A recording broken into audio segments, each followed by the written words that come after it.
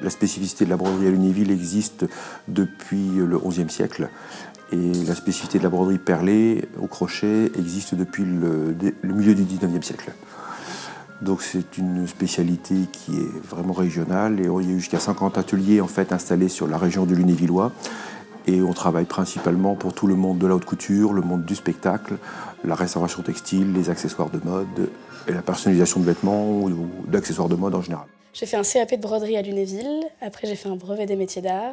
Je travaille dans un bureau de style. Je suis directrice technique dans un bureau de style à Nancy. Là vous avez une jupe sur laquelle vous pouvez voir 2 techniques de broderie qui sont la technique de Cornélie, donc tout ce que vous voyez là a été posé à la machine, donc à Brémoncourt. Et après je suis venue rebroder des perles à l'aiguille. On a des élèves qui viennent de tous les univers, du monde de la couture, donc de la mode, des gens qui viennent de fac d'histoire de l'art, des gens qui viennent d'EMA costumier de spectacle. Et on a eu aussi des élèves qui viennent des beaux-arts, qui viennent compléter un cursus pour pouvoir faire broder les costumes à volonté. Je ne savais pas trop ce que je voulais faire et j'ai entendu parler donc, de la formation du CAP en 1 an à Lunéville.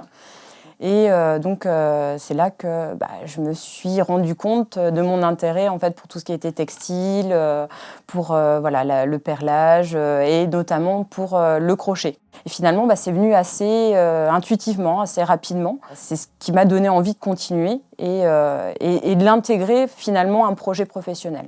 Parce que c'est vraiment parti de là. J'ai trouvé une vocation finalement. Ayant travaillé comme costumier au ballet avec Martine Osbourger, la chef costumière, elle m'a demandé si on pouvait nous réaliser des tenues du ballet Relâche qui avait été créé en 1924-25 par Picabia avec les costumes de Jacques Doucet et la musique de Satie. On a commencé à échantillonner avec nos élèves sur la fabrication d'après les photographies d'époque pour donner les effets de brillance qui étaient recherchés sur ces costumes-là. Voici une partie des échantillons que l'on a fabriqués pour les costumes du ballet. Donc on est parti sur des poses de fournitures différentes et dans des techniques différentes afin de créer des effets de lumière et des effets de matière. Et eux sont partis sur cet échantillon-là, surtout pour les quilles, en fait, le bas de la robe. C'est une pose en va-et-vient de cuvette qui donnait vraiment un rythme pour eux au niveau de la lumière, qui permettait vraiment d'avoir un effet très particulier au niveau de l'accroche de la lumière pendant le spectacle et pendant les pas de danse. Le haut de la robe a été utilisé avec ces techniques-là, donc c'est une pose en vermicelle, assez basique, mais qui permet vraiment une accroche assez importante au niveau de la lumière.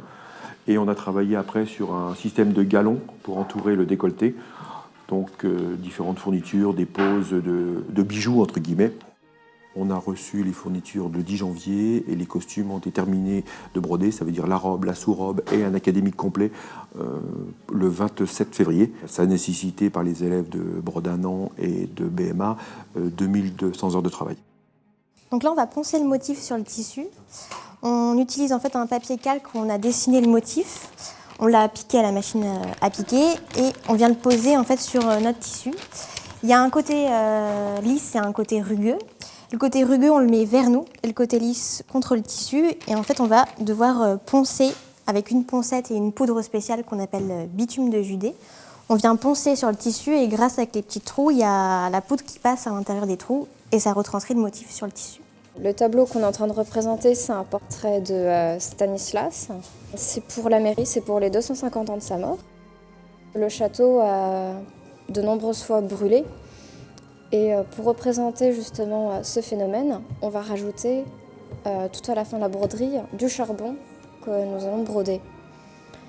Pour le personnage principal, donc Stanislas, on va le broder en noir, argenté, gris. Pour ses cheveux, on utilise de la chenille grise.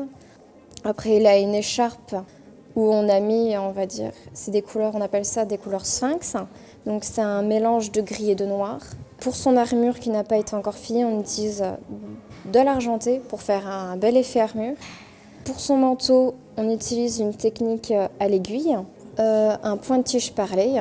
On a mis des perles diamantées. Les arts appliqués interviennent dans la formation dans le pôle professionnel, au même niveau que la broderie et que la gestion. Et en art appliqué, on développe en fait 2 domaines, l'expression graphique et la conduite de projet.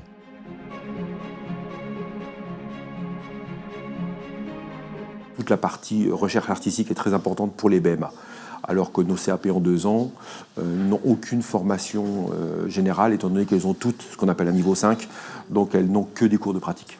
Nous, au lycée, on étudie principalement la broderie perlée parce qu'on est à Lunéville, mais depuis 2006-2007, il est rentré dans la formation d'intégrer l'aiguille, mais on a aussi donc intégré des machines Corneli, donc c'est une machine à broder assise à la main.